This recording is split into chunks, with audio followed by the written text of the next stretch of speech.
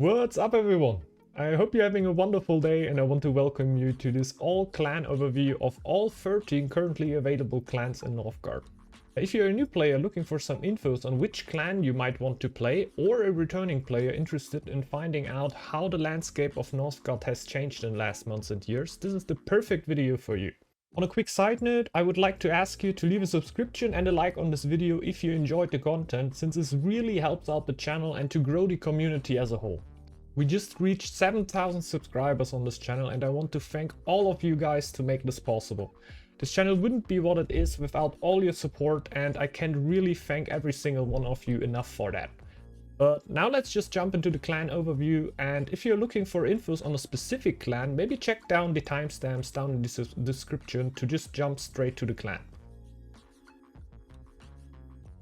Here we are, starting in with the clan of the Stag, still my favorite clan since the release of the game, and I think it will most likely also stay like that. The Stag clan is a really strong eco clan, might even be one of the strongest eco clans in the game. It can rush, it has the possibility to rush, but it usually trades off all its late game strength for it. So if you rush, you're not gonna have the strong eco in the late game anymore. So it's not something you always want to do, but you can do if you want to.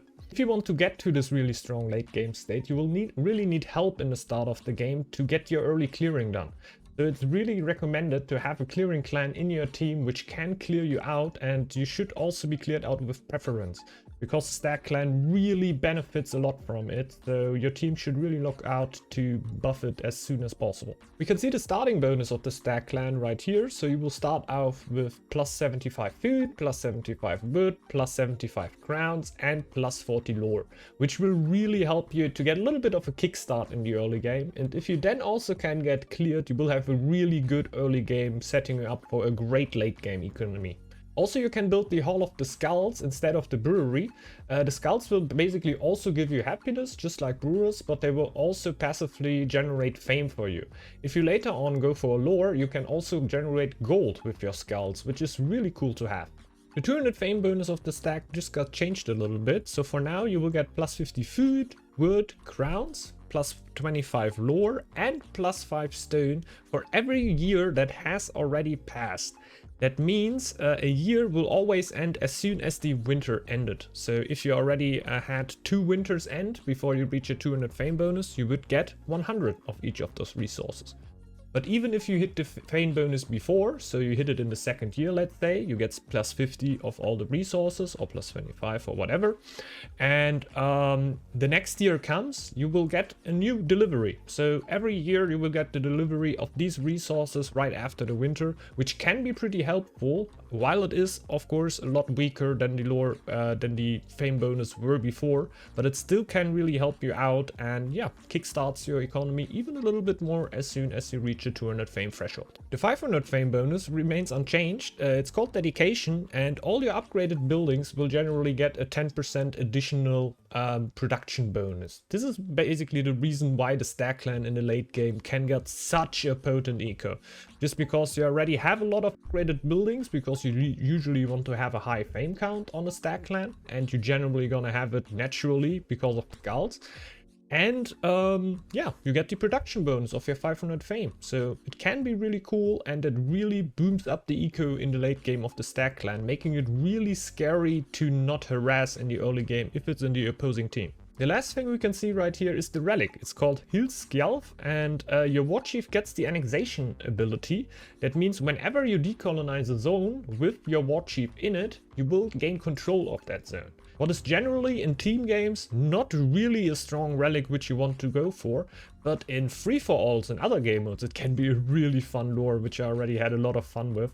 Can just be really cool to already have all the things you would need for the fame win and then just run around with your army, try to take tiles from your opponent with that relic and try to win the game with that.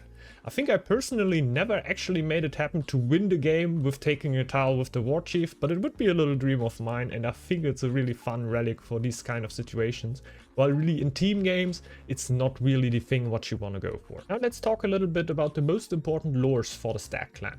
The first one would be food preservation. This is really one of the most important lores for the Stag clan because it will give your silos a +3 food production, like permanent food production, and half of a happiness production. If you upgrade them, you will get +5 food and +1 happiness for every silo which you build.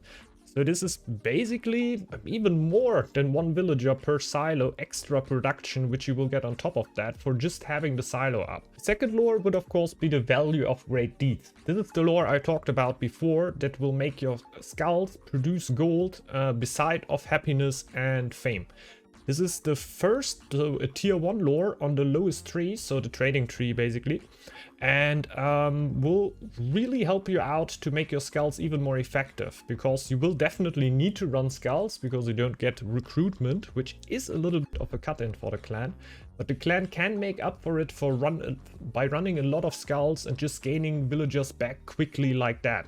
And if your skulls then on top of that also produce gold for you, that can be really helpful for you and really brings the Stag clan back from not having recruitment. The last lore we really need to talk about is Young and Proud. Young and Proud is a really strong offensive lore, and the reason why the Stag clan can do what it do in the late game, and be that devastating oftentimes, because Young and Proud will give 3% attack power for each happiness that you have. So that goes up to a maximum of 25%. So basically, if you have 8 happiness, you will already have 24% extra damage on all of your warriors, which is pretty insane and a very good offensive buff. That will naturally make you want to run a lot of skulls, even if you are out fighting, and that's really something you need to look out for. But even if you only have 1 happiness and you have like an army of 20 warriors and you start fighting, a few of those die off, your happiness count will naturally rise because you have less villagers, therefore your happiness requirement will be a little bit lower.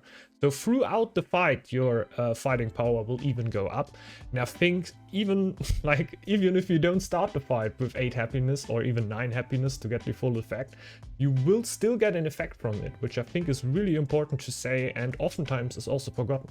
Keeping that in mind, talking about the army composition which you want to go for with the Stag clan, warriors are usually, for almost all of the clans, the safe approach. Warriors usually work against a lot of different units and are just considered the baseline of army, which you can never really go completely wrong with. However, with the Young and Proud lore, the Stag clan also opens up its door to X-Throwers, because X-Throwers obviously have the highest attack between all the base units, and getting a bonus percentage attack on a higher attack count will of course be a little bit more. So as an example, let's imagine you have shield bearers, you get your full 25% damage buff on top of those shield bearers. You will end up with getting like around 2 extra damage for those shield bearers. If you went X-Throwers instead, you actually have 12 base damage on those X-Throwers. Getting 25% of that, you will get free, basically free bonus damage on top of that, only for Young and Proud. And you can already see that scales up with the number of army you actually have, and can really help you out and makes the Stag clan one of the clans who can definitely go for X-Throwers if it wants to. So with that, we are already through with the Stag clan, and we're gonna jump into the Clan of the Goat, or Heidru. The Goat clan has also a fairly strong eco and can reach pretty good eco states. However, I would rather see it as more of a tempo clan, meaning that there is a clear window where the Goat clan has a lot of advantages against other clans, and the Goat clan should really seek to strike in this time window. The really special thing about this clan is that you are able to build a sheepfold as the only clan in Northgard. In a sheepfold, you can send sheep in and they will passively generate food for you without consuming anything. That is always a really big upside in Northgard. They can also passively generate gold for you if you go for a special lore, which we're going to talk about later. The Goat clan is also one of the clans who could really need some help in the early game to clear. If you can clear the Goat clan, it can, for example, go really for its relic or go for other things. If not, the Goat clan will need a little bit longer to get into it. So generally a clan which you would really prefer to clear out first. For example, if you have a Stag clan in the team though, I would usually go for the Stag first, in my opinion. You might also want to shuffle that through in your team combination like you want, but generally I would say For example, the Stag clan is a clan which I would rate a little bit higher. I would clear that clan before the Goat clan. So we can again see the starting bonus of the clan right here. You will start with 1 sheep and you can build 2 sheepfolds. This is basically to hold the Goat clan a little bit back, so you can only build a limited amount of sheepfolds right there. Also, the production bonus of your feast is increased by 20%. That's only for you though, but it can really help out to just make those feasts pop a little bit harder, if you know what I mean. On top of that, all your military experience will also suffer a minus 20% penalty. I guess that's generally there to make clear that the Goat clan is usually not a clan meant for fighting. It's mostly a clan for feasting, having a good eco, and maybe even a little bit of a support role in the game, because with the Goat clan you can also scout really good. The first fame bonus for the Goat clan is called a Shepherd. It requires 200 fame, so as soon as you reach 200 fame you will get 2 free sheep. They will just appear at your town hall, and you can now build an additional sheepfold. Their food production is generally increased now by plus 10%, which is definitely a big deal. The 500 fame bonus is called Teamwork, and you will gain 1 free feast per year then. The free feast will always appear at the same time you reach the 500 fame, basically, at every year, at every coming year afterwards.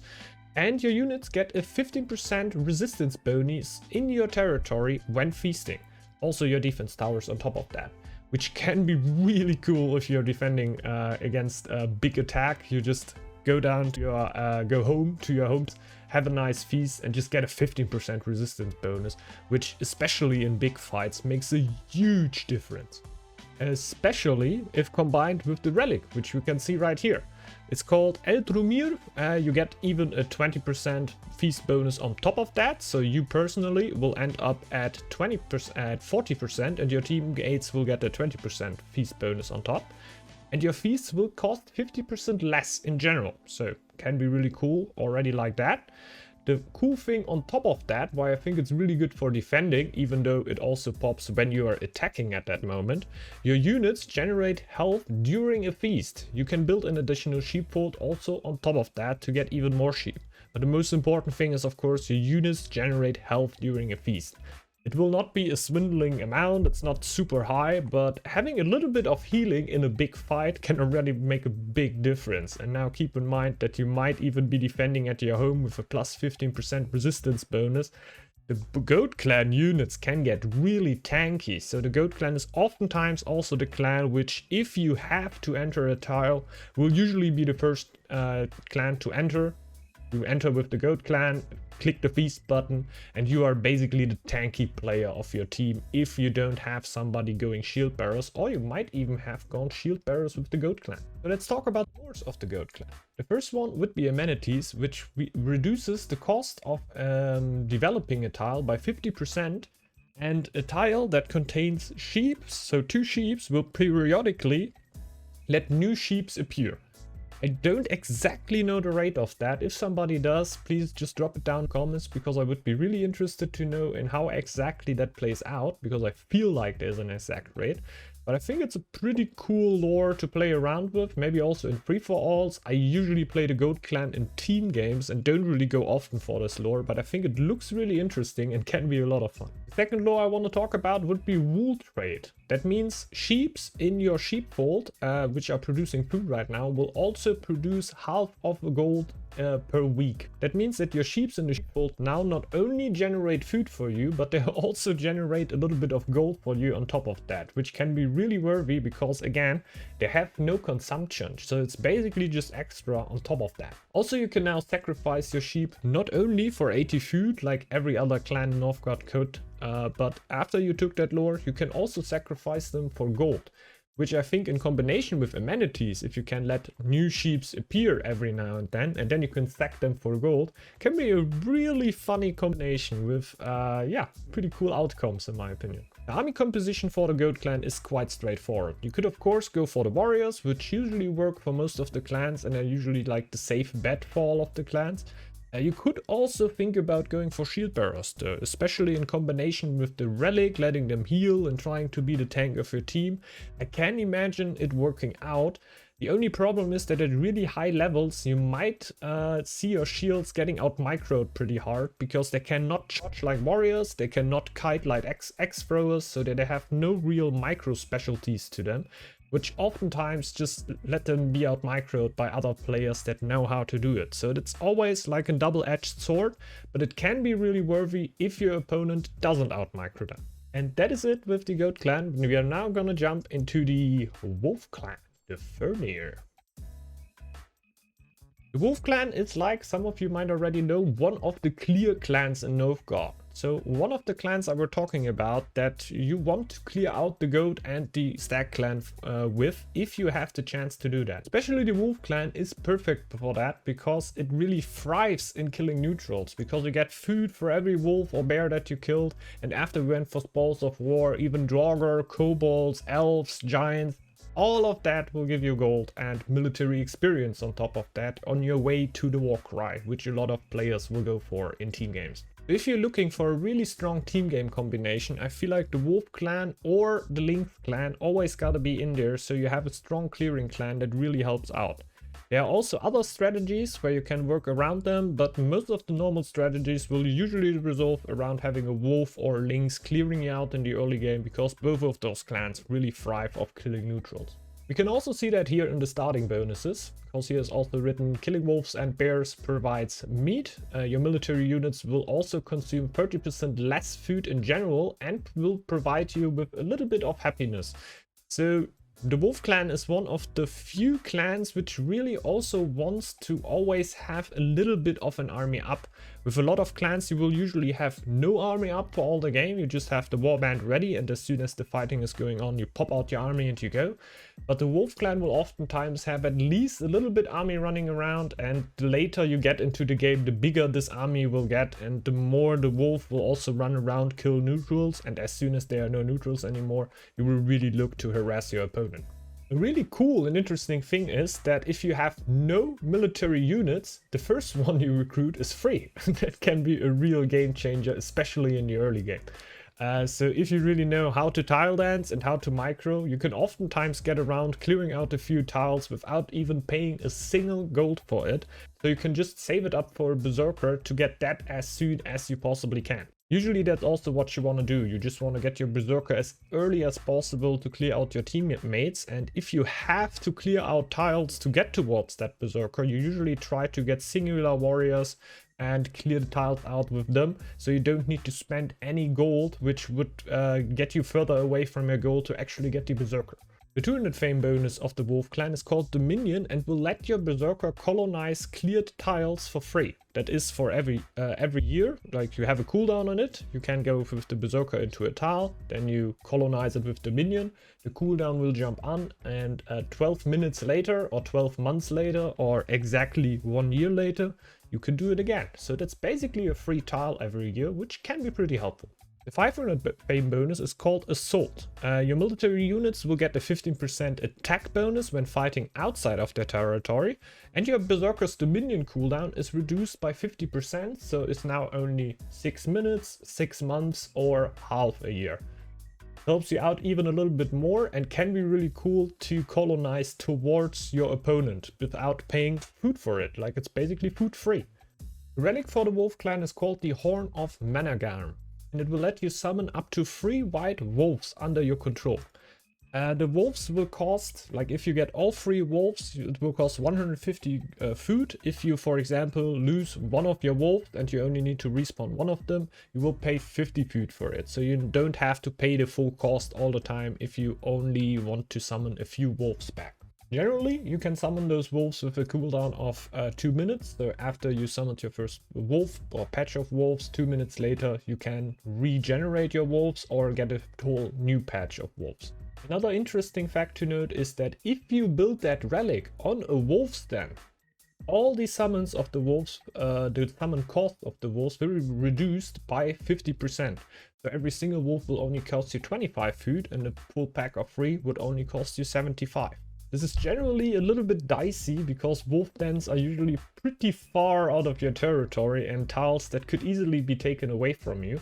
But if you feel that you are in control of the game, or most importantly the map, then it can definitely be something that can give you a little bit of an advantage in the game to just summon your wolves a little bit cheaper, and yeah, can help out quite a bit. Now let's talk about the lore tree of the wolf clan.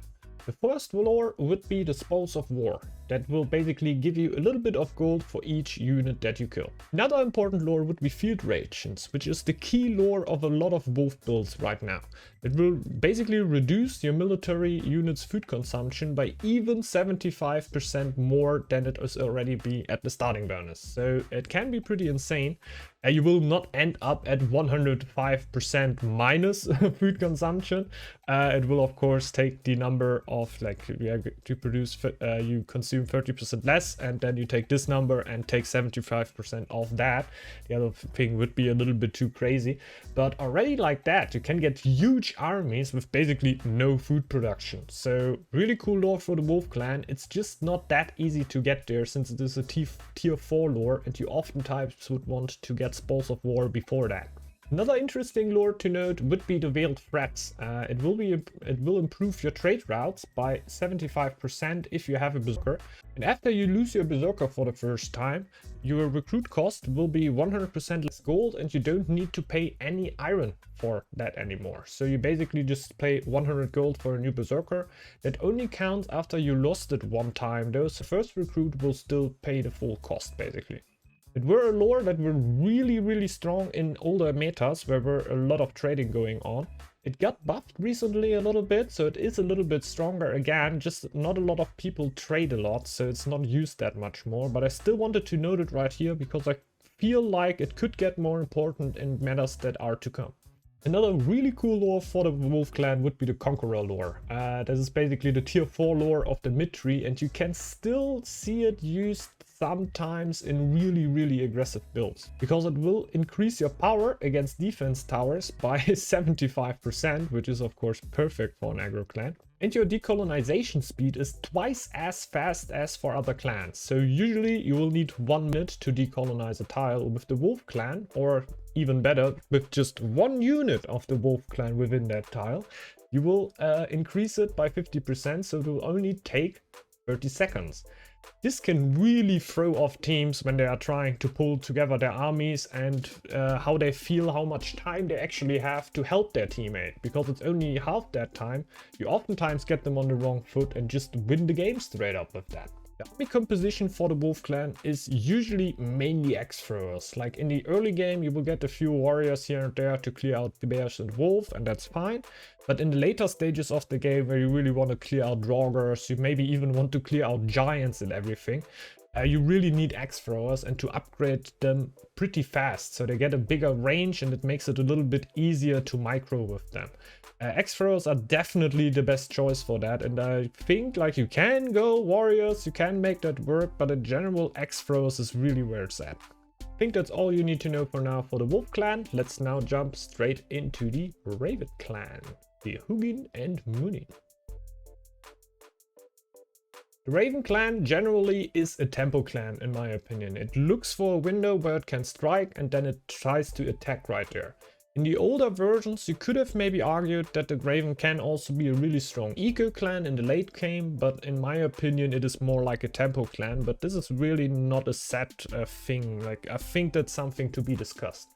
I gotta be honest here, the clan is not in the strongest position right now since the last patches, but that might very well change because Northgard gets a lot of different updates, and the clan could be very well be at the top soon again. With the Raven clan we are basically in the same-ish position like with the Stag clan. Like if I would be a wolf and I would have a Stag left for me and a Raven right from me, I would have a big problem because they both really need clearing. And yeah, it's pretty much same. Like both of the clans need it just as much and can pop off that much more if they actually get it.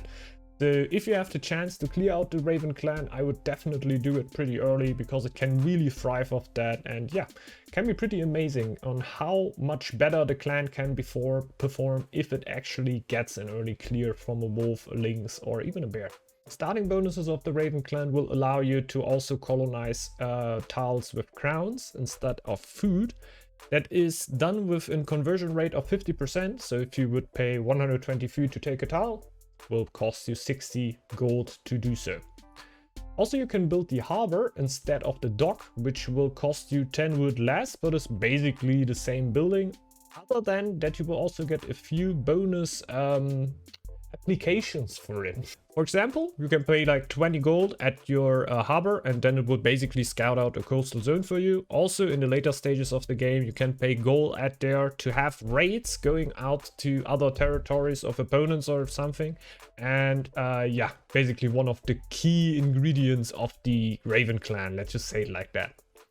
Also, you get plus 10% crowns from all merchants and sailors in general. So generally a clan which wants to produce a lot of gold, obviously, because it costs gold to also send out mercenaries. But you can also get a pretty good land armies with it. The 200 fame bonus of the Raven clan is called Mercenaries from Homeland. It reads, you can hire mercenaries from your harbor and send them to raid coastal areas without a town hall on it. Upgrades for your raids are available at the forge, and it allows trade with your home raid land at better rates. So generally you can now hire mercenaries and you can send them to your opponents, but you cannot attack the main tile of them, which means you cannot kill them at this moment. Also, you can upgrade your raids at the forge, which is a little bit of a bad deal right now. I hope that it will get better with further patches. And if you want to trade at a trading post, you can always trade with Homeland as the Raven clan, and your raids with trading that will get a little bit better. So I guess that's pretty straightforward. The 500 fame bonus is called Sea Supremacy. It reads, you can send your mercenaries to coastal zones with a town hall on it. I guess that's kind of self-explanatory. More upgrades for your raids are now available at the forge, and you can assign 3 more sailors in a harbor with a lighthouse on it. So if you have a lighthouse or happen to have a lighthouse on a harbor, you can now send 6 sailors in there. Which is interesting because a lighthouse will also defend you against the Kraken. So if there's a Kraken attack incoming, you can at least have 6 sailors running for you. Which is a lot better than before and makes the Raven clan a little bit more resistant against that Kraken attack. Even though if you play against the clan that is going for merchants, it is still going to be in a way better position than you, because it gets no debuff basically from having the Kraken around, and the Raven clan can still not run 9 sailors. It's like 6 sailors max, but you have those, which is a lot better than before. The relic for the Raven clan is called Nagelfar, and it will give you the ability to send a raid on a coastal zone with 2 sons of Hringmir. It's basically 2 giants that you send to their tiles. I think the raid costs 200 gold, but since the recent change, you cannot raid a main tile of an opponent anymore if you are not 500 fame. So just blindly rushing the relic, how you have seen oftentimes in the last meta, and then trying to attack an opponent in 801 with those giants, which could be really devastating, gotta be honest, is not possible like that anymore. You can now only raid them on like outer tiles of them.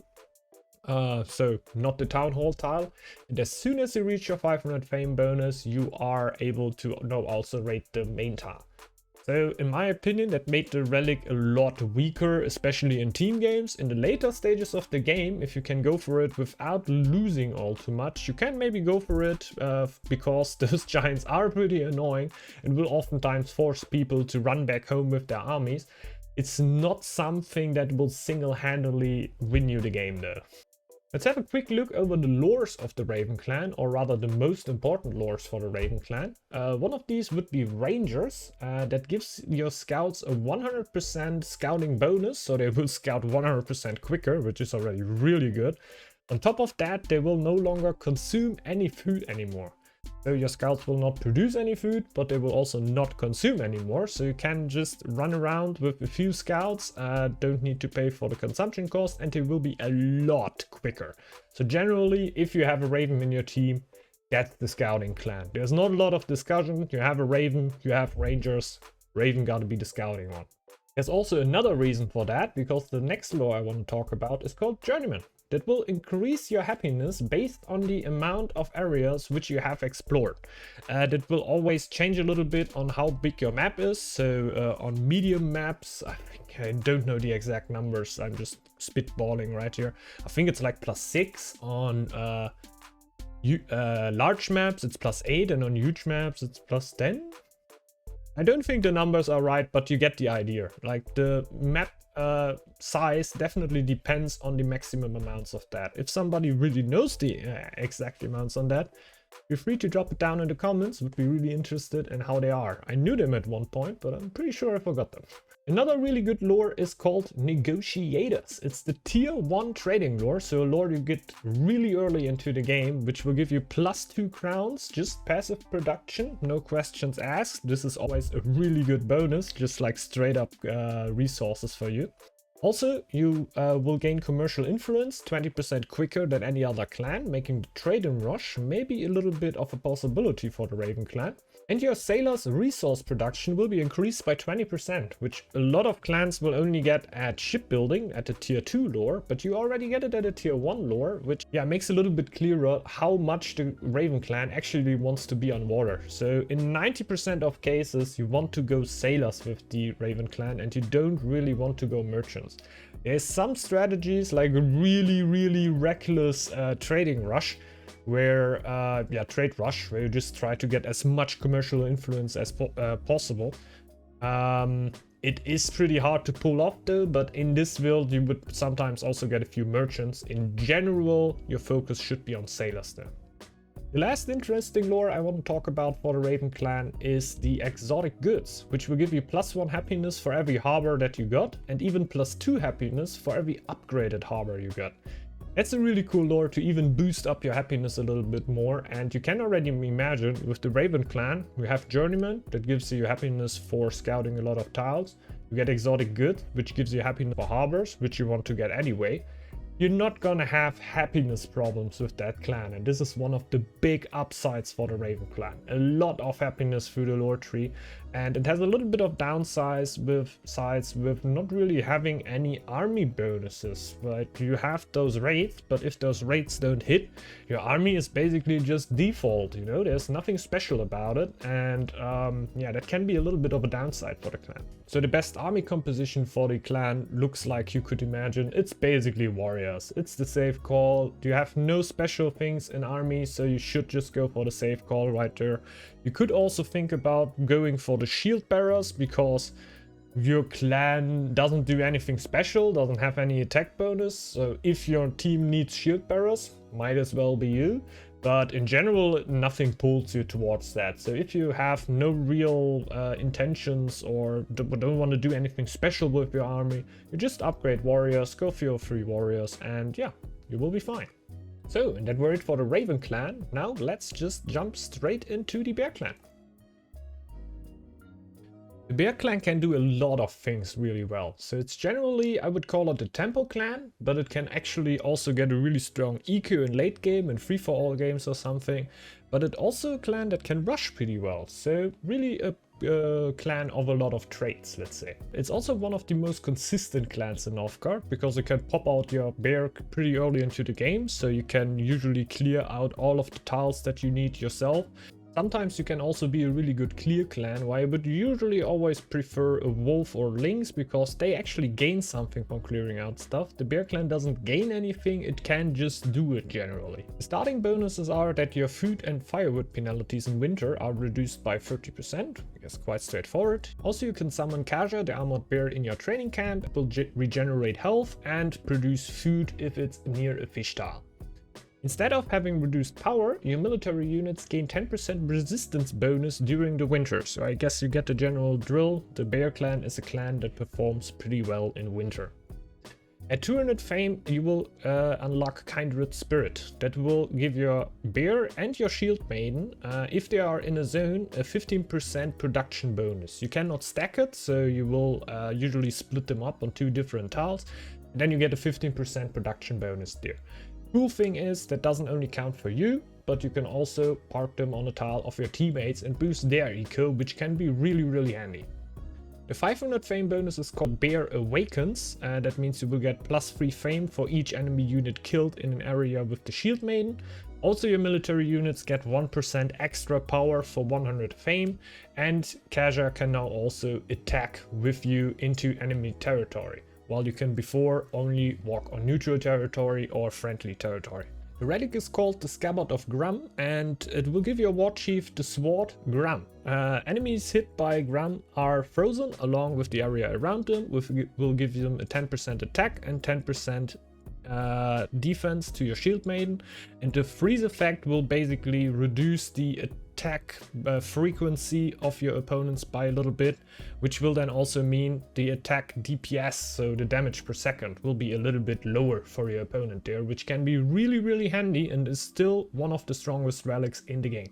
Oftentimes you will see the Bear clan actually going pretty quickly for that relic, not straight up rushing it like you would do with other clans, but you will see players going for that relic pretty quickly so they can have it in 802 for the fights or latest for the 803 fight. In the lore tree we have a few interesting lores. The first one would be Hibernation, that will heal your non-sick clan members during winter and yeah, automatically, which is pretty strong, just not really easy to get because it's a tier 3 lore in the upper tree. The other lore would be Harpoons, which is a tier 4 lore in the upper tree, even harder to get, but it can be really strong because your Fisherman's Hut can have one more Fisherman, and every production of Fisherman is increased by 25%, which is a pretty hefty amount, but it is a lore which is not really easy to get, so I guess that's fitting. A lore that you will see a lot oftener is Protector of the Land, a tier 2 lore on your mid tree, so army tree. That will give you +1 happiness for every area with a military camp in it. That will usually for you be shield bearer camps because of the following lore that is called Shield Mastery. Shield Mastery will let your shield bearers cost less gold and the resistance of them is increased by 5%. But the most important thing for the combination with Protector of the Land is that your shield bearer camps will have no upkeep cost anymore. So usually you try to get a lot of shield camps around your area, get a lot of happiness out of that, and you don't even need to pay upkeep for that, which is a really cool combination. Army composition for the Bear clan is usually shield bearers, because you have the shield mastery, you have a lot of shield camps, and generally you have the strongest shield bearers in the game. If there are army combinations like mass warriors, so all of the other team just goes mass warriors and warriors are pretty good against shield bearers, or for example dragonkins, a lot of dragonkins, the shield bearers can clump up, they don't do a lot of damage, that means the dragonkins do a lot of AoE damage. That means shield bearers are not the best choice for it. So sometimes, just sometimes, you might even want to go warriors with the Bear clan just to counteract against your opponents thinking that you will be going for shield bearers. And with that, we are through with the Bear clan and we're gonna jump over to the Boar clan. The Boar clan is the best example for a tempo clan in my opinion, because it has a really clear window in which it is really good and in which you want to strike, but if you let it go later and later into late game, for example, that window will end, and for example clans like the Stag clan and the Goat clan, for example, will just outrun you in the long run. The Boar clan doesn't need to be cleared at all, it can just take all the tiles around it, but it doesn't gain anything from it. So if you take tiles, for example, with a wolf on it, you will pay a little bit of extra food for it, but in general you don't get anything from it. So if you have a wolf that can still clear out the wolf and get a little bit of food from that, you should usually let the wolf do that because it gains something, while in counteraction to you will need to pay something for it. So generally you should still be let somebody clear if it has the chance. In general, you can go for your most important tiles, for example your lord tile in the early game, just like going straight for it even though there's a wolf on it. The starting bonuses are that you can build the Mender's Hut instead of the Healer's Hut. That means your Menders are basically just like healers, just that they won't produce food when they are not healing, they will produce lore, which can be good in situations where you want lore. In general, I would say that they're a little bit worse than healers though, because oftentimes I just want to have my healers in the Healer's Hut, and if they are not healing, they're just gonna grab food just like villagers. Right here, they're gonna grab lore, and in the moment where I don't want lore, I just need to pop them in and out every now and again. So usually I would say that they're a little bit weaker than than normal healers. And since I don't really want to rush lore oftentimes, it will need me to do a little bit more micro than I would need to do with normal healers. Also, each additional territory will give you +2 max population, so you don't need to build houses early on with the Boar clan. You get no penalties to happiness for non-upgraded houses and your town hall. Learning a new knowledge will give you +5 on fame, so usually you get 15 fame per lore. On the Boar clan you will get 20 fame per lore. And you can colonize neutral zones with wildlife for extra cost, like I said at the start.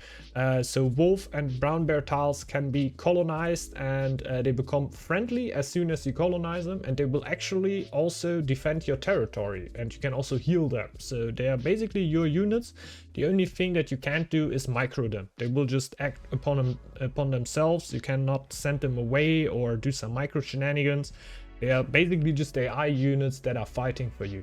The 200 fame bonus is called Heritage. You will get +1 free lore, but this will not count towards your lore victory or blessing unlock. That means if you have 5 lores already and you unlock Heritage to get your 6th lore, you will not take your Yurt's blessing, Baldur's blessing or anything. It will not count towards that, but you will still get the lore. At 500 fame you will get the greater blessings, so your blessings will get a little bit better. If you get Freya's blessing, you get the effect that you already have, plus your winter penalty is massively reduced by 70% for food and 50% for wood. I guess that's basically just making the old effect better. At Baldur you will get +5 happiness instead of +3, and you will get a permanent lore production of +2 on top of that.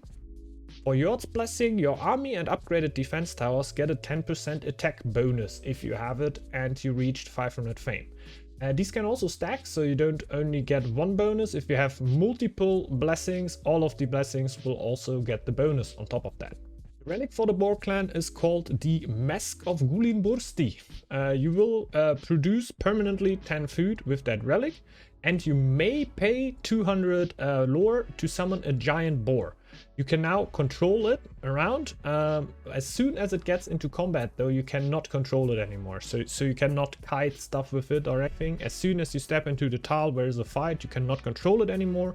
But you can, for example, micro it away from a battle if you don't want to fight in there, as long as it's not in the same tile as an enemy unit, because then it's locked onto fighting and you cannot control anything anymore.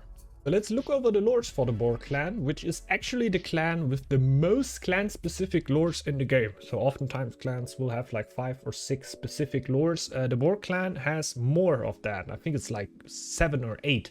A lot of clan specific lores, which are quite interesting. The first one would be Simple Living, very straightforward. Usually the first lore you take in all of the Boar strategies, because your constructions will cost 50% less wood. Just insane. The next one would be Legacy. It's not used that much anymore because you don't really build altars anymore, but it will increase your happiness and food production from your Altar of Kings by 50%.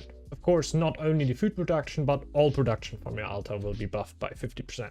The Lay of the Land lore will reduce your environment hostility by 70%. So you will get attacked by wolves 70% less likely than before, and your non-villager productions on forests, swamps and lakes will be enhanced by 10%. So every unit that is not a villager will basically get a production bonus on top of that. Bevering is like the trading lore of the Boar clan. That will give you the ability to trade with neutral factions with basically everything. You can also trade stone to the giants, for example, so you can basically trade every resources to a neutral faction. Well, this is always bound to one resource, so to one route. So I can basically have one stone route with the giants and not 5 stone routes with the giants. That will not work out. Also, for every trade route that you have open with a neutral faction, you will get +1 happiness. The little bit of a downside for the Boar clan in trading is that you cannot trade with teammates at all. So if all neutrals are gone from the map, you cannot trade anymore.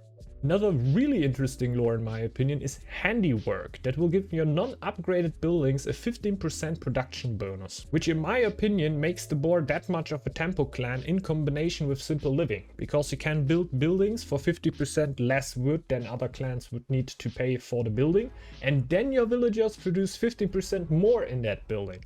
That can give you really strong early game starts, and yeah, is really consistent in my opinion, because you only need that 2 lores. You can also colonized tiles in the early game, even if there are wolves on it, so you're not going to be blocked in the early game, even if you have not as good of a spawn.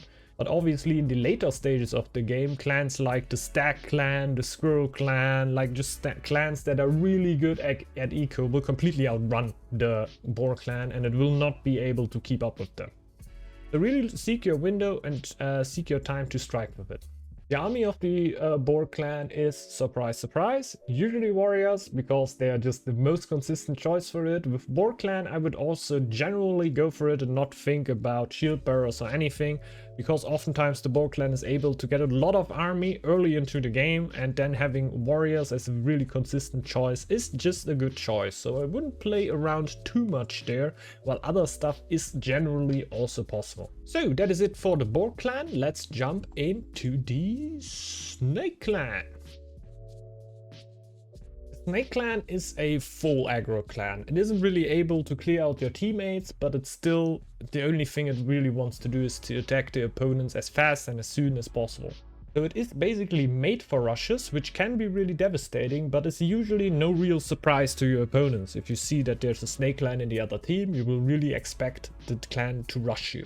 The starting bonus of your clan is that you will start with your war chief already alive, which is called Signy. However, will be growing throughout the time. So you will start at age 15, the cunning, you start with your war chief, blah blah blah. We have that already. Later on, it will, in the next year, it will get to age 16. Now Signy will move faster and can attack at range. At age 17, she will gain the ability Shadow of the Wild, so that is at 802. Signy can now go through neutral zones without engaging in combat, so basically she will be working as a skirmisher. And with age 18, which is basically an 803, you will get the ability Tears of the Earth. Now Signy can use the Scorched Earth ability to burn any area over 3 months, and a burned zone will give a minus 15% production debuff, so it can be devastating in a really important eco tile of an opponent.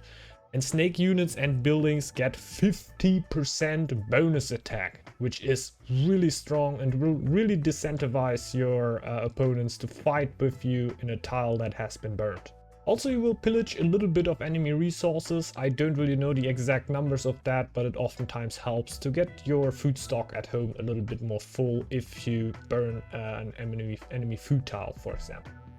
Also, you don't need to pay iron for Signy if you want to summon or rather resummon her, and yeah, it will basically cost as much as any other of the war chiefs. So you will pay 150 gold.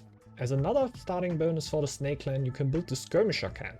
The skirmishers they train are mobile, light troops specialized in harassment, which usually means they can run neutral territory without engaging into wolves or everything if they don't want to do that. They are also a little bit cheaper than warrior or all other military units. The thing is that they're usually not really that strong. You can upgrade them with the poison upgrade, what makes them really strong, but generally they will still lose to a 1v1 to most of all the other units. A little bit of a downside for the clan is that you don't get fame. You don't get fame because you have like the Age of Signy, the war chief getting stronger and stronger, and you getting it at the start of the game. But in general, you don't have any fame bonuses. You can't win on fame. You don't have any fame displayed. So if you play with the clan of the snake, you will always see 0 fame for the clan. The relic is called Gungir and will give all your military units a 10% dodge chance, which can be really cool to stack up with another lore, and it will unlock the stealth ability for all your military units. I think it's pretty hard for the clan, since it's not an eco clan, to actually go for that relic, but if you can get it, I don't think it's a bad relic at all. I just feel like the way to get it is usually pretty hard with the snake clan, because you rather want to be attacking than forging, and like forging a relic is a lot of resources and time you put in there, what you don't really have if you really play the snake playstyle, which is just going forward and being annoying. The lore tree has some really interesting lores in here. First of which would be Under Pressure, which will give you half of a happiness and +1 food for every military unit that is within an enemy zone or right next to an enemy zone. That can be really cool to get a big army that you couldn't really keep up with your food production right now. But as soon as you are in the opposing territory or just in front of him while putting him under pressure, you can get a lot of food production out of that. And yeah, makes you even more effective in being harassing, and it really wants to make you harassing because you get a benefit out of it, right? You get food production, you get happiness. You really want to be in front then. Also, it will increase the skirmishers' attack by 20%, and other military units' attack power by 10% are less affected by the attack penalty from the distance to the town hall. Yeah, pretty hard sentence right there. In the end, it only means that your supply lines debuff, which is called, like, if you fight really far out of your territory, your units will get a little bit of a debuff. Skirmishers will be less affected by this debuff, while it's still very apparent. Another really interesting lore would be guerrilla tactics. Even a little bit stronger than the young and proud lore for the Stag, and that's really something to say here. Because your units will permanently gain plus 1% attack power for every unit that you have slain in enemy territory, or every of your units which have been slain in enemy territory, up to 30%. So your skirmishers can really get a lot stronger than they were before and really hit like buses later on in the game if you can actually get up to these 30%. Another cool lore for the Snake Clan would be the Black Market. It will enable trade routes at your trading post, how a lot of lores do. Your merchants will produce 10% more than for the other clans, usually 20%. And you get 50% crowns when trading with enemy clans. Deteriorating diplomatic relations, which will mean if you're at war at a clan and you trade with him, which other clans can't do, you will even get a little bit of a production bonus. So that can be really cool, just trading your opponent some stuff that you don't really need while you are fighting with him. Even though it can, of course, in a duel, for example, be a little bit counterproductive to give your opponent resources. But in general, a pretty cool lore with a pretty cool thought in it. By far the coolest and most interesting lore for the Snake Clan is the Stolen Lore though. It's the tier 4 lore of your upper tree, so it's kinda hard to get, but it's really worth it because you can steal a lore from another clan then. I have a little bit of a list here which clans that could be. It could be field rations for the Clan of the Wolf, really a great thing to go for. Industrious, I don't think all too important. We have food preservation for the Stag Clan, which can be really good to have the silos produce food for you. We have Journeyman of the Raven, not really taken that often, but it is happiness. Harpoons of the Bear Clan, also not too interesting, you really won't be going for food, right? Osmosis. Draconic Frenzy can be really fun for like a meme build. It will give you 100% attack bonus for a singular military unit in a tile, so you can really do devastating things with Signy then, but it's not really a meta build. You can have Ancestral Influence, I don't think that's too interesting. Knowledge from Beyond can be pretty fun because you can produce a lot of lore with that. A City Builder, I don't know, I heard there is stuff where you can really go for it. I personally never tried it, to be honest. Then you can also go for Spoils of Plenty, which I personally never took, and I can't really imagine how that works because your War Chief usually can place lures in your tiles then, and I don't know if Signy would be. It would be something to try out. I don't know if somebody did that already. I don't know how it should work. And you can take stockpiling of the Squirrel Clan. So for every 100 resources you have in stock, you will get +1 production. So if you have 500 food in stock, you will get +5 food production on top of that. Which can be really helpful, just doesn't seem to suit the Snake Clan all too much. So I think it mostly goes between field rations and knowledge from beyond, maybe even Draconic Frenzy if you want to meme around a little bit. But in general, a really versatile lore, and I don't think that I know all of the lores and all ways you can go for it, so I think there are also some lores which I don't like that much in the tree, which you can still use to great effect.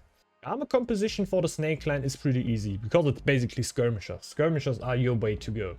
You want to harass opponents, you want to upgrade those skirmishers with the You have the poison buff. Basically, it will debuff units that you attack with, and they will walk a little bit slower in general.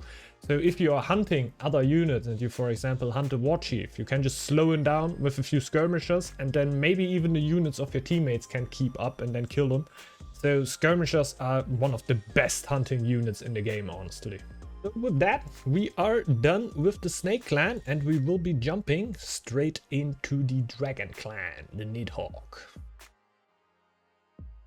The Dragon clan is a really strong late game clan, which is somewhat vulnerable in the early game when it's still building up. It doesn't need to be cleared, since villagers can enter on neutral tiles, and you can just clear tiles out with your villagers and a little bit of micro. While again, it doesn't gain anything from it, so if you have a wolf or lynx, rather let them do it, because they have resources to gain off it, so don't steal it from them. But if you need to have something cleared, you can just do it with the villagers, so you're not gonna have a lot of problems if there's no clear clan in your team.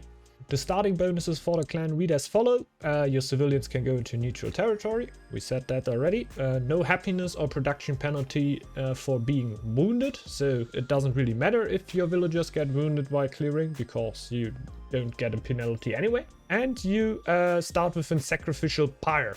You can build Dragonkin Alstar instead of other military camps. A sacrificial pyre will give you the ability to throw villagers in there to get a little bit of bonus effects, let's say. You have a little bit of a bar on top of your screen, and this bar shows different bonus effects. The bar always goes down with time. So you need to throw villagers in there, because as soon as the bar is on 0, you will get -10 happiness. But on this bar, there are different little buffs, like a little bit of food production, a little bit of gold production or whatever. And you always need to throw a few villagers, or you can even throw thralls in there, or your dragonkins, whatever. And get a little bit of this dragon essence. And usually you want to look for interesting bonuses which you can find on there. If not, you will basically just try to not go into getting no dragon essence anymore, so you don't get the -10 happiness debuff. You will start the game with 2 thralls and only 3 villagers. Every other clan will actually start with 4 villagers, but you can buy new thralls from your longship docks. So you can just go to longship dock and basically get new thralls there, but your thrall threshold will always be 1/3 of the villagers that you have. So if you have 12 villagers, you can have 4 thralls at that moment. So it doesn't go up with the houses that you build, it will straight up go up with the amount of villagers which you have at that moment. A little bit of a downside there is if you have more thralls than you have villagers. So for example, you lose a lot of villagers and now you have 12 thralls and 11 villagers, you will have a revolt. All your thralls will now start revolting, they will get enemy units, so you lose all of them, you will need to fight them off, and in the worst case you might even lose the game throughout these revolts. Altogether, I really like the thralls though, because thralls are actually a little bit better than villagers in my opinion. So a thrall will only produce 50% of that what one villager would produce, which is of course a little bit less, but it will only consume 33% of what a villager would consume. So in the end, a thrall is actually a little bit more efficient than a villager, and efficiency is key in Northgard. That means in later stages of the game, you can have insane productions with a lot of thralls in there, which really makes them a great unit. The fame bonuses for the clans are at 200 fame, you will get the reluctant workforce, so you will receive 5 thralls and you get a little bit new space on your dragon essence gauge. That is basically your little bar that you have at the top. The 5 thralls you usually want to get as soon as you have 6 thralls already, so you can go up to a threshold to 11.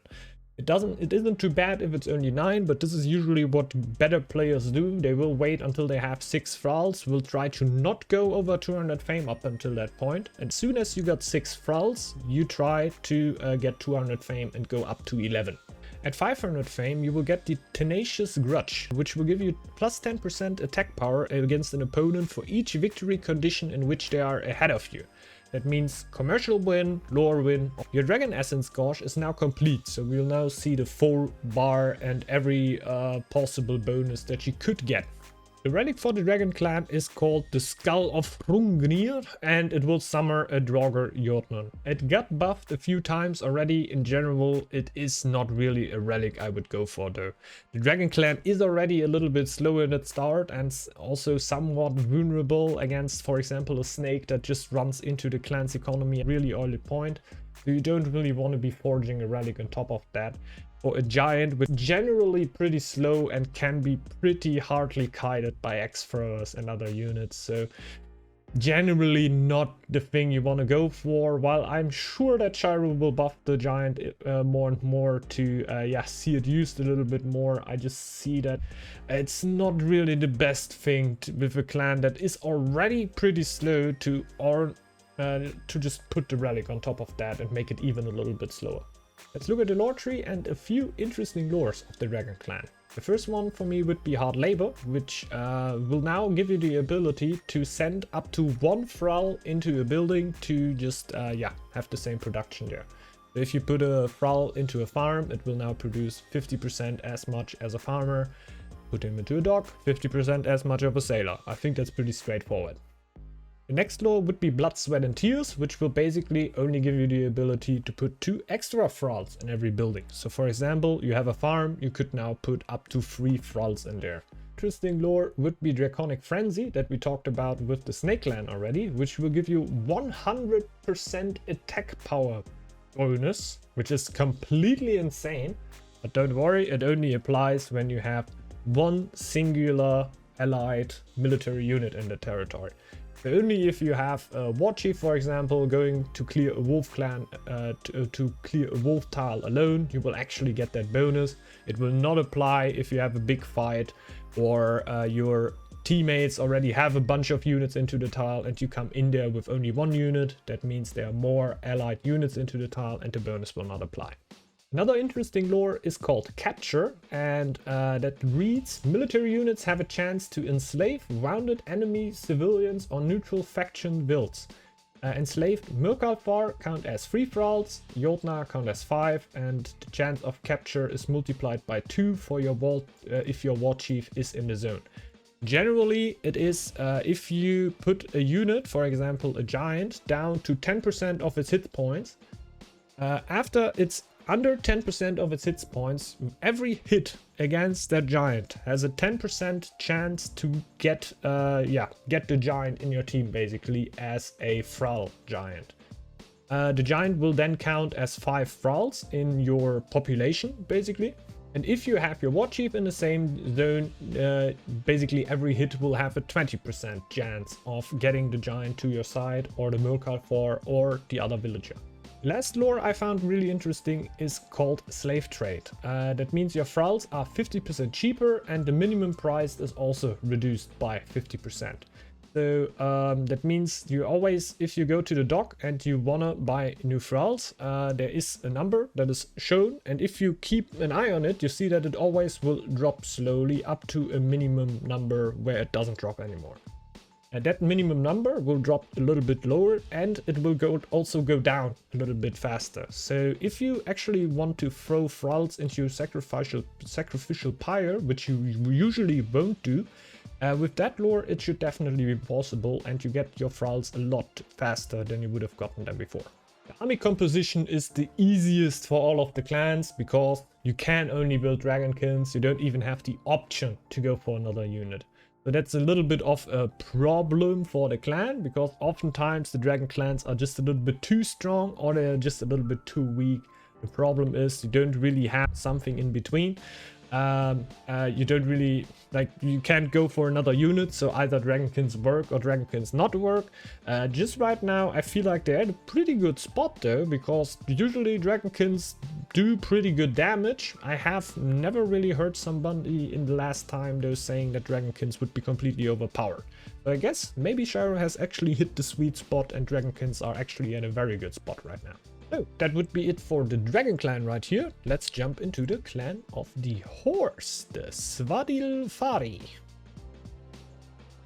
The horse clan in general is a tempo clan, but I think potentially it can get a really strong late game eco. So even in free falls and everything, it shouldn't really fall off against other clans because it has a really strong late game eco. It doesn't necessarily need clearing, while it can help the clan quite a bit. So you would like to be cleared, but you don't really need it because of one of the starting bonus of the horse clan, which we are going to get in right now. Because you have 2 war chiefs who can be summoned at your forge without needing any iron for it. And you really want to rush those war chiefs as soon as possible, because your war chiefs can also mine and forge 10% quicker than a villager. And you don't have access to mines, miners or smiths. So your war chiefs are the only ones who can do it. So oftentimes you just try to get your war chiefs as soon as possible out. First you usually go for iron. Then you upgrade a few jobs. Afterwards you go for stone, and then you basically upgrade a few buildings. There are obviously also other builds out of there, but usually that is what you want to do. On top of that, your villagers can also build and repair 30% quicker, which is nice to have, but not one of the key ingredients of the clans. The 200 fame bonus is called Craftsman. That will give you improved tools, a 10% additional production bonus buff. That is oftentimes why you will go for iron first and upgrade a few jobs, because later on these upgrades will even get a little bit stronger. And selling stone or iron earns you 20% more crowns, and your allies receive double the resources. So if you decide to go for trading and you trade minerals with your allies, you get more gold out of it, and your allies get more resources out of it. Your 500 fame bonus is the Legacy of the Earth. You discover 2 stone and 2 iron deposits, which are in total, each of the stone deposits will have 10 stone, and each of the iron deposits will have 5 iron. You can build a second relic also if you reach 500 fame, which will oftentimes get a little dicey, but can be pretty cool in free-for-all games where you just can then go double relic, which can be pretty cool. The clan-specific relic is called Deins Life and Turfing. Your war chiefs gain 20% attack power, they gain 20% defense, 20% max life, and their forging and mining speed is also buffed by 20%. So generally a pretty cool relic, which you see sometimes in team games if it goes a little later, but you can also cut it out and rather go for warriors and have the more tempo approach, right? Be a little bit faster with your attack and get the timing window that you want to hit. The fact that you cannot run miners, smiths or anything, and you will have your war chiefs going there, also means that your villagers are not mining and everything. That means you will have a little bit more of the other resources available to you, like wood, food and everything, because they will just not go for stone. That will oftentimes lead into people wanting the horse clan to scout, because you just have a little bit more eco to spare. So generally it's also a good decision to have the horse clan scouting if you don't have, for example, a raven clan in the team who would be even a little bit better than a horse clan in there. Let's talk about a few lores for the horse clan. For example, we will have metalcraft, which will let your war chiefs mine and forge with an increased speed of 60%, which is pretty insane. Another lore would be excavation. That means each of your war chiefs mining stone or iron will earn you a +4 lore production. So basically an additional lore master on top of your lore master, hopefully, for every war chief that is just mining, which is just a really great lore bonus. And you oftentimes will start your game out by going metalcraft and trying to get excavation as soon as possible. The next very interesting lore would be the quality of life. That will give you +1 happiness for every territory which has an upgraded civilian building in there. So it cannot be a war building, so an upgraded war camp will not count, an upgraded tower will not count, and upgraded houses will count. So it's gotta be a hunter's lodge, a dock, and your town hall even also calls within there. Army composition is usually pretty open for the horse clan, because oftentimes you will get your happiness out of feeling safe, so you want to upgrade war camps. So if you upgrade war camps, you usually want to go warriors. If you upgrade axe thrower camps, you can also think about going for axe throwers. I usually wouldn't really go for shield bearers, but the possibility is also there. So I think the horse clan has a pretty wide array there, and you can see them with a lot of different military units, which is just fitting for the situation it is in. So I think that is all about the horse clan right here. Let's jump straight into the Kraken clan, the Lingbacker. The Kraken clan is a really strong eco clan, and I would say it gets insanely strong in the late game, and I would say is still one of the best clans in free-for-alls and basically unbeatable in late game situations. However, it is highly dependent on shores and coastal tiles, so there are spawns that are really bad for the Kraken clan and will give you a hard time in the early game. The clearing is usually always mandatory as the Kraken clan. You need to be cleared in the early game to get a good start, especially on bad spawns. But like with the other eco clans, if you can clear it in the early game, what it can do later on can just be completely insane. The starting bonus for the clan are that colonization and building costs on non-coastal zones are 50% more expensive. You can counteract with that with high tiding the tile, which is the whole work system bound to the clan, which we are gonna get into it. All of the units' attack power is also reduced by 30% on non-coastal zones, and you can't build longship docks, but the end of trade victory is therefore not available to you at all.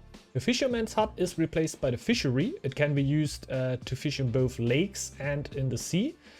Fishermen produce 20% more than normal fishermen in general. Fishing in the sea means that all coastal tiles, so shore tiles where you could usually build longship docks, will contain fish for you. So you don't really need fish tiles, you just need a coastal tile where you can build the fishery, for example your main tile. Your brewery is replaced by the Hugger to assign female villagers into Norns. The Norns produce happiness and word. The word, for example, gives you the high tide ability to make non-coastal zones basically coastal zones for you. Also, you can spawn Valkyries who slowly regenerates health at the Hugger. So if you're close to a Hugger, means in the same tile as a Hugger, you can heal your Valkyrie. In general, the Valkyrie is a really tanky unit, one of the most tanky units in the game besides of giants, and you can basically put a Norn into a Hugger. As soon as it's a Norn, you can pay 600 word to basically transform it into a Valkyrie.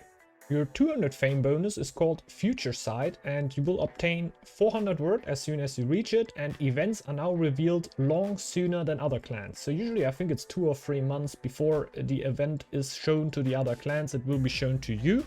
So usually in a team game you should say your teammates as soon as an event pops up, so they can already prepare for it earlier than the other team could.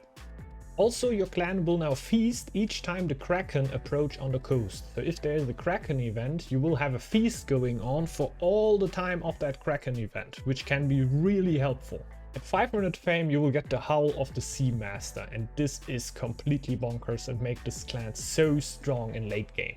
Because military units killed in a neutral or enemy zone have a chance to become spectral warriors. I think it's also like 10% or something around that. Joining your ranks under your orders, so you can control them. It's basically just normal spectral warriors.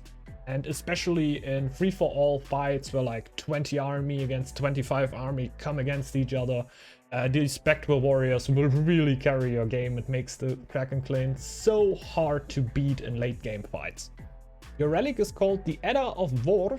You will gain 1000 work when it's finished and you build it, and your Norns also produce fame then at that point, which can help you out to reach the Howl of the Sea Master a little bit earlier. I don't really see it all too often.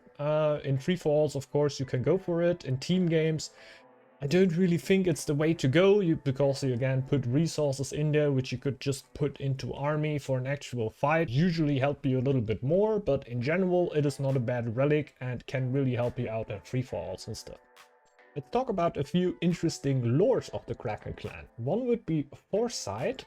Foresight gives your Norns 20% additional word production, and they produce 50% more happiness. So basically a happiness boost, pretty insane happiness boost, and the word bonus is also really nice for the nerds. Another really cool lore is Endless Tides, which replaces Weaponsmith, the tier 1 lore, which is a really important lore for all of the clans. However, it will also give your military units 20% attack power, so you will not miss out on that. But also it reduces the cost each military unit by 20%, and each military camp gives +1 warband. So if you have 3 military camps, which would give other clans 9 warband, 6 warband will give you 9 warband. So pretty cool. You need less camps and you need less gold for army, which will oftentimes lead into huge armies for the Kraken. Another cool lore which just got added with the last patch is Valhalla's Reinforcement. This will allow you to get an additional Valkyrie that will appear at your town hall, and you can control one more Valkyrie in general. So you can have 2 Valkyries at that point, plus the generation on a Höger tile for your Valkyries will now increase by 100%, and it will also work on tiles that you have high-tided.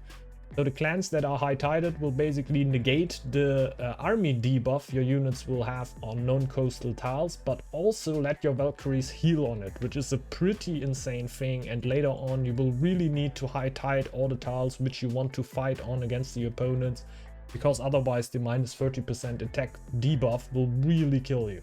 Another interesting lore would be the Knowledge from Beyond. That will unlock trade routes for your clan at the trading post, and it will reveal all neutral factions. So in that moment it makes one pop and you will suddenly see all the neutral factions on the map.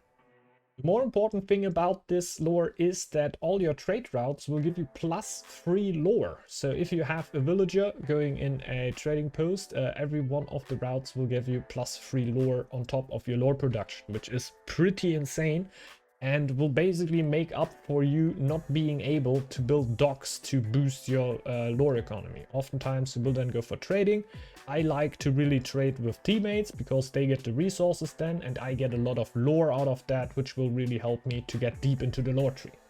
The last lore I want to talk about for the Kraken clan is the Near the Sea Spirit. That will generate plus 1 crown and plus 1 word for every 3 buildings in coastal zones.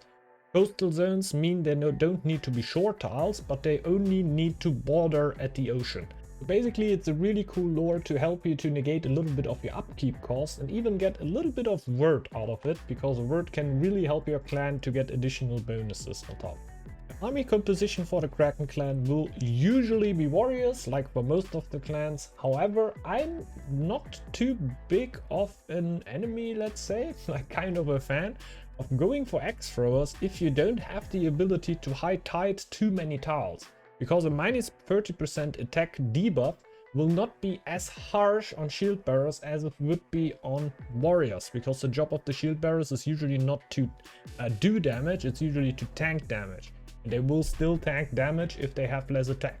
So it can be a nice thought in general if you want to do damage and really make use of your huge army count. It's usually going warriors and trying to high tide the tiles so they can also fight to their full effect. That would be all I have to say about the Kraken clan right here, so let's just jump right into the Ox clan called Himinbjottrur or something like that. The Ox clan is a really strong late game clan. It's really hard to stop in the late game, but it's very vulnerable in the early game in my opinion.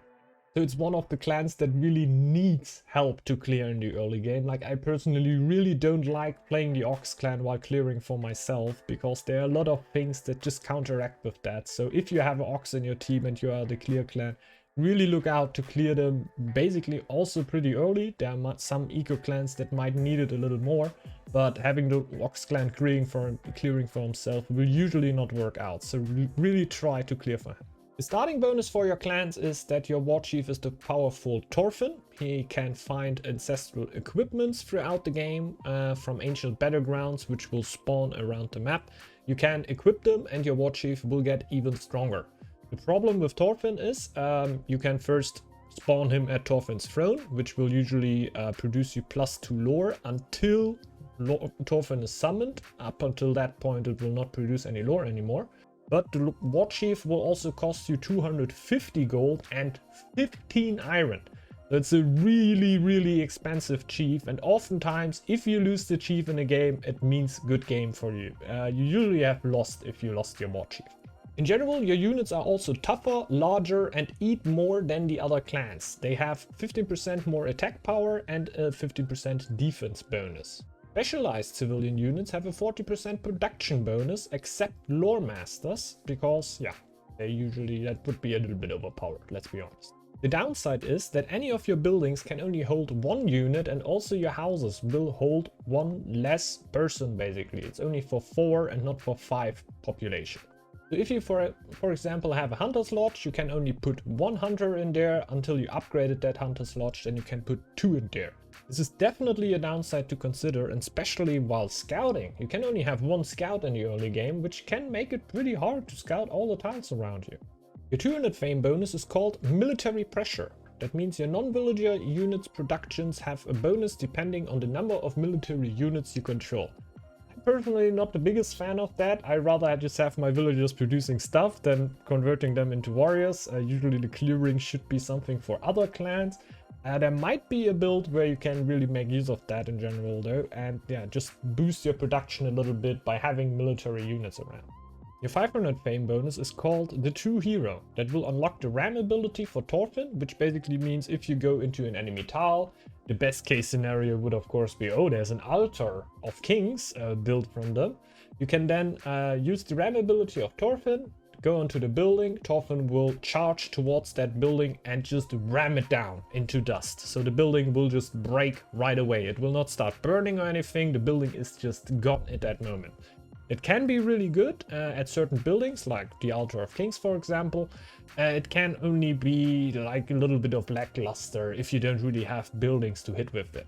But since it's more or less a free bonus you get with 500 fame, it can be really strong, so it's a really nice pickup, I would say. The relic for the Ox clan is called Aegir. That will give Thorfinn the ability to use the provocation, which means all enemy units and towers target Thorfinn for a short period of time. His defense is also increased by 100% for 6 seconds, which is really needed. So it's basically a taunt effect, how you would call it in other games, for example. You just go into a tile, you press the button, and at this moment all enemy units will charge at Thorfinn and usually will need to focus other units because of the Unstoppable lore, which we are going to talk about in 1 minute. So usually the opposing team doesn't want to full focus on Thorfinn, because even if Thorfinn falls, if you have like a big fight in a team game, Thorfinn does his taunt, he dies in the end, but you just waterfall win that fight because of that. Yeah, you can just win the game of that without needing to respawn Thorfinn. So this is one of the times where losing Thorfinn wouldn't mean that you lose the game, but rather your opponents not changing their focus off Thorfinn would lose them the game. So little bit of dicey topic, let's say. It's not really clear how it goes, but if you're in the situation, you will know when losing your war chief is really not as bad, and when losing your war chief is just the worst thing that could happen to you. So let's talk about the lore tree then. The first really interesting lore would be City Builder, and that would mean developing a zone is 50% cheaper. In improved zones, specialized units will get a 10% production bonus, and your buildings have a minus 50% upkeep cost. It were a really strong lore in old builds with the Ox clan. It is the third lore of the upper tree, so if you go for that, you're really not going for the lower tree then, and I'm not the biggest fan of that. I had a huge problems with the Ox clan to really get something going with them, and it felt a lot better when I changed going for the lower tree. So it's not a lore I go for anymore. I still think it's really interesting and you can do a lot of stuff with that, especially in free falls and stuff. Another really cool lore would be military training. That means idle military units in your territory gain military experience, which is cool but not all too strong, because you usually won't have that many units that it would make a difference. But upgrading your training camps will now cost 30% less than before. So you can upgrade a lot of training camps, which is important because you're gonna get your happiness out of feeling safe. And you usually want to focus on warriors anyway because of the next lore, which is called Ferocious Charge. Your warriors gain a 30% damage on the charge attack. Charge attack would basically be that the warrior can charge, and after the first attack they will do 30% extra damage. They have then a little bit of a cooldown of 5 seconds or 6 seconds in which they cannot re-trigger it.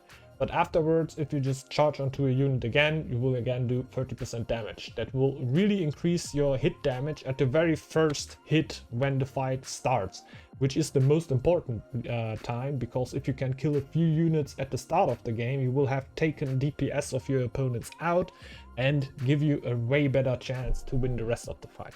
On top of that, Ferocious Charge will also make your weapon upgrade 100% faster, which is pretty important because you can have only one villager in the forge if you didn't upgrade it. And the upgrade costs 50% less to forge, so only 5 iron for the warrior upgrade, which can be really cool, but sometimes you are not quick enough to take Ferocious Charge before you actually start your upgrade. So you gotta find the right timing there. It's not worth to wait for Ferocious Charge and then die on an attack because you didn't upgrade your warriors. Sometimes just paying the 25 gold and 5 iron more is just worth it to get your upgrade a little bit earlier. Now I want to talk about the Unstoppable lore, which I talked about before already. That means Torfins gets 10% attack power and defense for each discovered ancestral equipment. And whenever a unit dies in the same zone as Torfin, his health slowly regenerates 10% of the dead unit's maximum health. So if you have a warrior with 50 health and it dies in the territory, you will regenerate 5 hit points over time. So a hot, basically, healing over time. That is usually the reason why your opponents don't really want to focus Torfin, because he's just gonna heal all the time. And then if he gets low, you're gonna try to run away, just try to get that healing going. And even if you get out of the tile and the tile is still the fight is still going, you can always just run into the tile for a short amount of time to get a few kills on this counter, on the Unstoppable counter, and keep on healing your war chief. The next interesting lore that I don't really make use of is called Warcraft. That means you will gain military experience, lore and fame by killing other units like wolves, warriors, whatever. Killing stuff will basically gain you all of that stuff, which I think is pretty cool because this lore is called Warcraft, and with this lore I feel like the game could really feel a little bit like Warcraft, if you know what I mean, like Warcraft 3. You also run around, want to kill a lot of neutrals and gain a lot of stuff for that.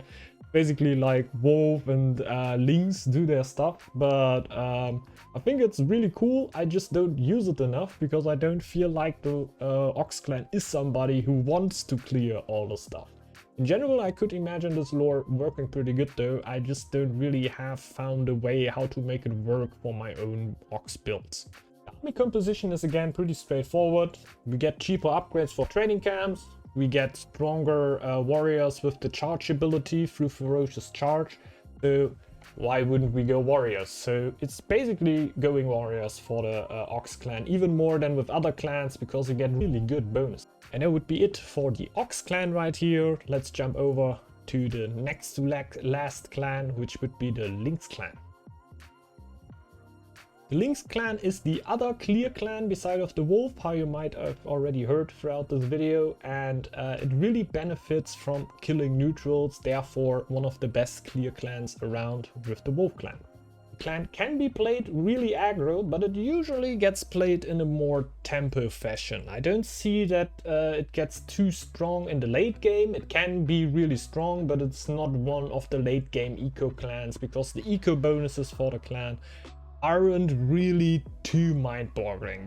They're okay, but they're not all too crazy.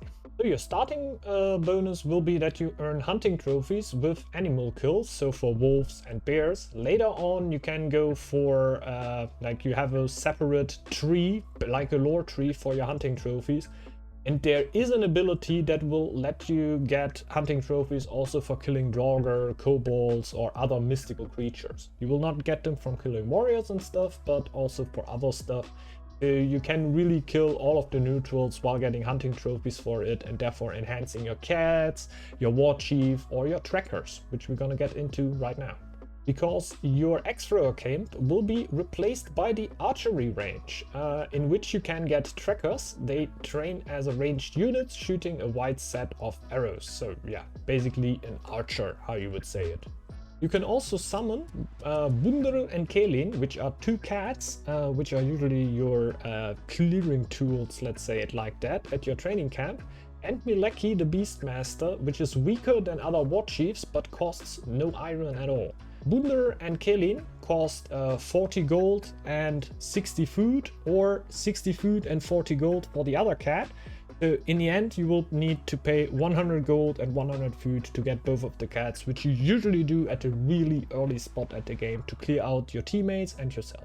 The path of the hunter replaces military paths, so you will not gain military experience at all, it will all come from the hunting trophies. There you can spend your hunting trophies to unlock powerful abilities for your cats and your trackers, like I basically said before. There are a lot of cool abilities, like for example a double shot for your archers, where they send their primary shot for 100 damage, but they also have a second shot going out with the same shot that will make like 30% damage of that main shot. The 200 fame bonus is called Lures, that will unlock the mythical lure ability for Mileki.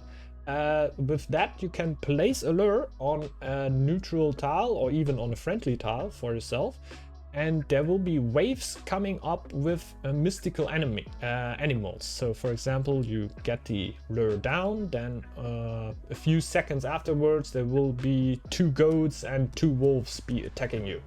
You can clear out this wave, and a few months later there will be another wave, but it will be a little bit bigger. Then you have like 3 goats and 3 wolves attacking you.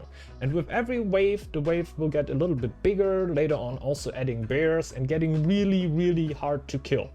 But for all those kills, you will also gain hunting trophies, so it can be really cool for the Lynx clan, and adds a little bit to it, like you don't really run around the map all the time, like you still do that.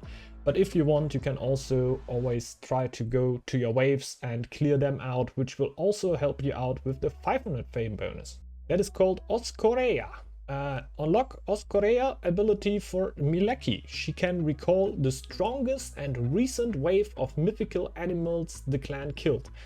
In their spirit form, they come back for a last rampage on Earth. So you can basically go into the fight. You have an ability on Mileki, which you can click, then the last wave of animals will show up for you, but they will not show up forever. They have like a time, like their life total gets lower over time, so they will not be permanent around you. They are only for a small amount of time, like 30 seconds or something like that. They can be really helpful, especially if you killed a great wave and you have a lot of bears and wolves helping you out in the fight. They can really be a game changer. If you didn't focus too much on your mythical lures, it can be really lackluster though. So if you want to Oskorea to really hit, you really gotta watch out that you also kill your waves with the lure as early as you can. The relic is called Gleipnir, and it will place a trap in a non-enemy zone. Activate on demand to reveal spikes that damage and slow down the enemy as long as he stays within. It lasts 30 seconds. This relic were really crazy. I don't know, there is a free-for-all video of me playing Lynx, where I basically bait a player to come really close to me in the tile, and then I just set off the trap and he basically gets completely slowed and everything, and I can just run into the tile, get no damage from the trap, and hunt him down and try to get his army so low already that I can win the fight afterwards. It will not work like that anymore, because right now the enemy will basically be warned. As soon as you activate the trap, the enemy will have like 5 to 10 seconds time to run out of the tile. He can already see a little bit of the spikes, and the effect of the trap will only set in after that time frame. So you cannot exploit it as much as I did in that video, but it's still really strong, and it can still really get your enemy out of your territory if you have a lucky spawn that basically lets your enemy only enter your territory through a certain amount of tiles, because you can't set as many traps as you want. It has a little bit of a cooldown. I think after 3 or 6 months you can set another trap in another tile. So you cannot set infinite traps everywhere. That wouldn't work and would also be a little bit too strong. Let's talk about a few lures of the Lynx clan. One would be archery mastery. That means that makes your first tracker always free, and your archery ranger's upgrade cost is reduced by 50%, which is again really cool, because you try to get your happiness through feeling safe, which needs you to upgrade a lot of military buildings. Since you oftentimes want to go for trackers, 50% less upgrade cost for the archery rangers is just top. Having the first ranger free basically is like with the wolf clan. You have like a way to get rid of low villagers, for example, but also it just helps you to get a tracker here and there just to help you out with the clearing. The next really strong lore is a tier 4 lore of the military tree. It's called Nimble Paws, and lynxes frequently leap and dodge every attack while airborne. and it gives both of your cats plus 35% max life, which makes them really tanky boys. So yeah, really cool lore to have. Not that easy to get, but as soon as you get it, you will really yeah, have some tanky cats which also evade quite a bit of damage. Another interesting lore would be the Wild Hunt. Korea Spirit gains plus 20% attack power while in the same zone as the mythical lure. Mileki can summon spectral beasts to follow her depending on the number of mythical waves you have hunted, and these will then basically also be permanent. So pretty interesting lore. Haven't played around with that too much yet, but it sounds pretty cool, maybe even for FFAs and stuff. I don't know how valuable it actually is in team games. A very special lore for the clan is poaching. It will unlock the trade routes, so it's basically your coinage lore, it is swapped out with coinage. Your merchants will only produce 15% more crowns instead of 20, but you are able to sell hunting trophies in the marketplace for a 2-to-1 ratio. So 100 hunting trophies will get you 50 gold. There's no real max on that, so you can sell hunting trophies like you want. It's just that oftentimes you want to use your hunting trophies to actually improve your military units with that, so you want to put it into the hunting trophy tree. But if you feel like just selling it for a little bit of gold or trying another build out with that, I feel like there's some room for it. I always found it's pretty cool for that to be possible. It's just like that usually you get a little bit too less gold to really make it worth it, but yeah, it's really cool to play around with, and maybe some of you actually finds a build where you can really not exploit it, but make a good amount of gold out of that. Yeah, army composition for the Lynx clan, you can imagine, very straightforward. You have access to the trackers, you get a lot of bonuses for the trackers, you're gonna go trackers. So it's a ranged unit, it can be pretty good. You won't really go for other stuff since, yeah, just the double shot and other bonuses are just too important on the trackers, and you don't really get bonus for other military units. So yeah, trackers is where it's at. And that is it with the Lynx clan. Let's jump into the last clan, the newest clan in Northgard, which is the clan of the Squirrel, the Ratatoska. The Squirrel clan is the first full support clan in my opinion. The Goat clan can also be pretty supportive with its Feast relic, trying to get that really early and boost your teammates with that. But this is really the lifeline of the Squirrel clan. The Squirrel clan really wants to boost its teammates. It's arguably not really strong an army, or the eco is also not all too special, and I think it's not really comparable to other clans in Northgard, which makes it a really interesting clan. They generally can get their war chief really early, what would give them the ability to clear out themselves. However, they would usually like to just skip the war that gives them the war chief for free in the early game, and just to get cleared by another clan to get even faster to the point where they can really support the clan at the high level. Generally, the Squirrel clan wants to be cleared. It also has ways to clear itself if that isn't possible though. The starting bonuses for the clans are really unique and interesting, and yeah, let's start right into it. The clan hoards greedily in anticipation of the winter 2 months before it starts and can count a 30% increase in production during this period. However, they have a harder time during winter itself and they consume more food and wood. In the end, I did a little bit on the math of it. It should end up with a net positive. So you get 30% increased production bonus in the fall months, let's say, the 2 months just before the winter. But throughout the winter, you will have a little bit less food and wood. I forgot the exact number for it. What I know is that I counted it through, and it usually should make you end up with having a little more resources than if you wouldn't have these, like if you would have the default behavior of other clans. Also, the Squirrel clan gathers ingredients in its territory depending on the zone type. So for example, if you have a hunt tile, you will get meat on that tile.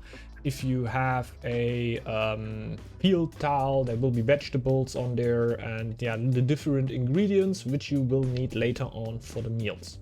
Also, you can build the stove instead of the brewery, where cooks can prepare meals and allow great bonuses. This is with what you will later on boost your teammates and yourself with, and on top of that, your cooks will of course also still give you happiness like brewers would. Anthemir is your war chief and can be assigned to a stove to produce more ingredients. Your cooks will also produce ingredients, and it will be a lot more than your war chief. So I wouldn't really stress out too much to get the war chief really early, because you will get like +1 of every ingredient, while a cook will give you like +2.5 or something. So cooks are a lot better than your war chief, but instead of having your war chiefs just standing around, if you have it anyway, you might as well just put it into a stove to give you a little bit extra ingredients. The clan can also achieve its specific Ratatoskar victory, which you're gonna talk about right now. Because your 200 fame bonus is called a helping hand, and you will receive ingredients of each type by boat. You increase your ingredient storage by 200. I think you get 400 of each ingredient. Don't know why that wouldn't be written in here. But of every ingredient you will get 400, and your storage is in total increased by 200%. You can also increase your storage for ingredients by building more stoves or upgrading stoves. So keep that in mind. From 200 fame on, you can also make meals for your allies at that point. So at this point you can really boost your teammates. So this is really why you would want to get 200 fame rather quickly. Also, you unlock gift routes at the trading post, which I personally never really made use of, because gift routes are basically just like trading, just you won't get any gold for it, but makes them a lot less interesting. Therefore, your relationship to, for example, giants increases a lot quicker, because you don't need to give you gold for that. The 500 fame bonus is called Plot for the Throne. You gain fame based on your extra population compared to your most populous opponent, which can be quite a bit, because the Squirrel clan also will work with a lot of cooks, basically comparable to the Stag clan and its scouts, therefore will have a really high population count. And depending on the clan combination the other clans go for, that can be a huge difference in population, giving you a pretty good amount of fame for that. Also, the arrival of new villagers increases by 5% for every 100 fame you already got. So you already see that it's like a cycle, which will give you more fame for having more villagers, which will in fact give you new villagers. And yeah, therefore you can get quite a few villagers, let's say it like that. As the only clan in the game, the Squirrel clan has a 1500 fame bonus, which is called the Banquet of Valhalla, which will unlock the specific new recipe at the Banquet of Valhalla. The clan of the Squirrel can win the game with that when prepared. That will cost you a lot of different ingredients.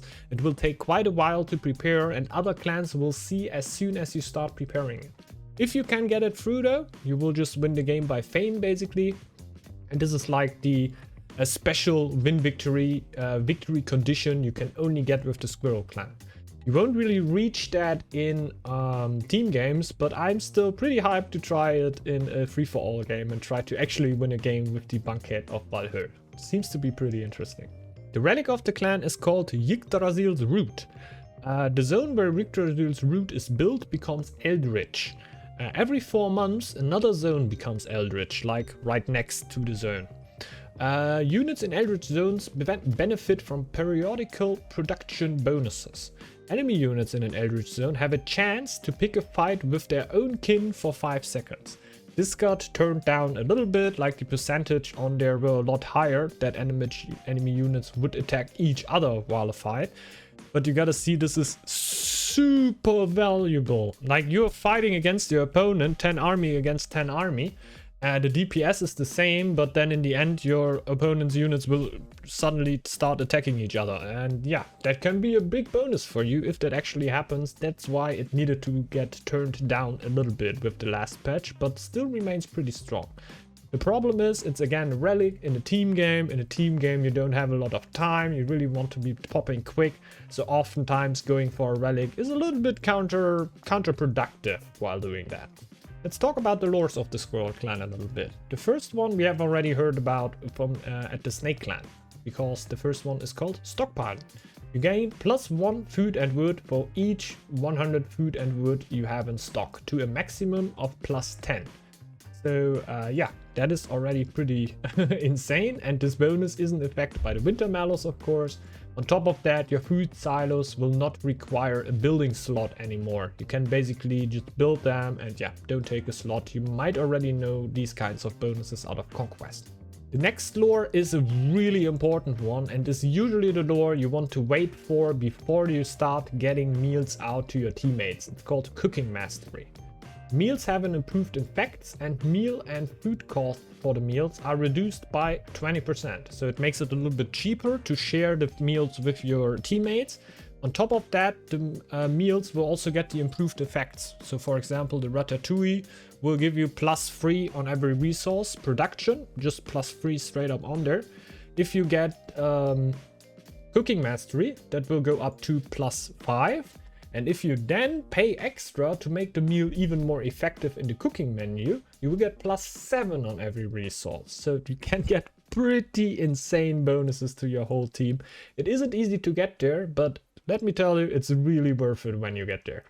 The next lore is Kitchen Nightmare. This is the lore we were talking about at the start for yeah, getting the War Chief for free. Because your next War Chief recruitment is free. Reviving your War Chief, the cooldown that you have there, that is usually 3 months, is now only 1.5 months, so it will be halved. So you can get your War Chief back a lot quicker. Getting your first your War Chief for free can be really cool, and you can also pick it after you've already gotten your War Chief, and then basically it can die and your next recruitment would be free, which can also be pretty cool. Another really strong lore is economics. Every crown's income is increased by 10%, isn't too bad, but all meals gain additional effects for yourself, which means you get +2 happiness and +4 crowns always when a meal is going. So this oftentimes just leads you in not getting ultimate gold production, because you're just going to be pumping those meals all the time. So usually you can be fine with 1 or 2 docks and yeah, not too crazy of a gold production, and just try to get most of your gold out of economics, which is a really, really strong lore then in my opinion. So the last thing to talk about with the Squirrel clan would be the army composition, and yeah, that's a little bit of a dicey topic, because the Squirrel clan doesn't get weaponsmith, therefore your army will always be kind of weak, and you don't really want to be the one with the big army, right? You want to support your teammates to get really big armies, and you are just like with them. Yeah, you still army, you still upgrade your army. You usually will still go for warriors, but since yeah, you're not really gonna have a strong army anyway, it's again one of the clans where you can think about going shield bearers. Usually you will go warriors though, but in general your army will never really hit hard. Your job is to get your teammates to a point where their armies really hit hard, and you are just like with them, right? You try to get some army up, help them out, maybe even tank for them, but the big armies should come from your teammates. So, and with that, we would be at the end with the Squirrel clan right here, and if I'm right, we should be at the end of the video. I really hope that you enjoyed it. I can tell you it took a really long time to record this video, and yeah, I really hope that you enjoyed it, and yeah, if you did so, you might want to leave a sub on the channel, maybe even a like on the video. Like I said at the start of the video, it really helps out the channel. I want to thank everyone for you for watching this video up until here. I hope you all have a great day. Maybe try out a few new clans here. Hopefully somebody even found his new favorite clan through this video. And yeah, thanks a lot everyone again, and yeah, maybe see you back on the next video. Bye bye, see ya.